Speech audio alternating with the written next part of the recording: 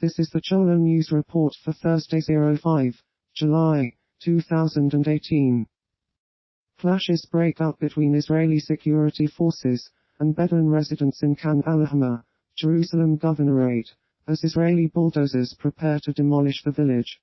The Supreme Court of Israel ruled that its residents could be evicted on May 24. An Israeli policeman reacts during a scuffle with Palestinians in the Bedouin village of Khan al-Ahmar near Jericho in the occupied West Bank July 4, 2018. Israel moved 3 bulldozers to the village, Khan al-Ahmar, earlier in the day, though demolition had yet to begin, after the military left a land confiscation notice there on Tuesday. The new site is adjacent to a landfill, and rights advocates say that a forcible transfer of the residents would violate international law applying to occupied territory.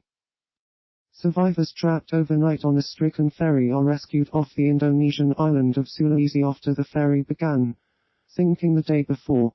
Out of the 139 passengers aboard, 31 have been confirmed dead, while 3 remain missing.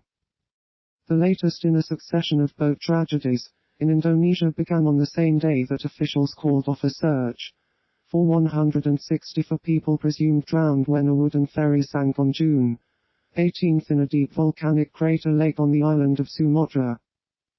In a desperate bid to save lives, the vessel's captain steered it toward shore, grounding it between 200,300 meters from land. Police determined 2 British nationals found unconscious at a property in Amesbury, Wiltshire, on Saturday were poisoned using Novichok nerve agent of the same kind used in the poisoning of Sergei and Julius Skripal in Salisbury, 7 miles from Amesbury, almost 4 months ago. The couple, believed to be Charlie Rowley, 45, and Dawn Sturgis, 44, fell ill at a house in Amesbury on Saturday, and remain in a critical condition. Mr. Bosu said no contaminated items had yet been found, but officers were putting together a very detailed examination of the couple's movements in order to determine where they were poisoned. On Saturday, paramedics were called twice to the property in Amesbury in the morning, after Miss Sturgis had collapsed, then later the same day, after Mr. Rowley had also fallen unwell. A major incident has been declared in Amesbury, and several areas of the town have been evacuated as the National Counter-Terrorism Policing Network investigate the attack. It was initially believed that the 2 patients fell ill after using possibly heroin or crack cocaine from a contaminated batch of drugs, Wiltshire police said. Several people are arrested after protesters hang a sign that read "Abolish ICE" from the base below the Statue of Liberty.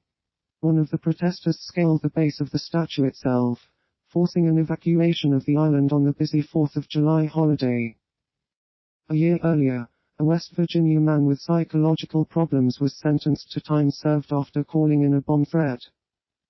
Okumu is expected to appear in Manhattan Federal Court on Thursday, and may face misdemeanor charges including trespassing, disorderly conduct and violating national park regulations, police said. Police were seen on the base of the Statue of Liberty, apparently trying to verbally engage with Okumu before physically apprehending her.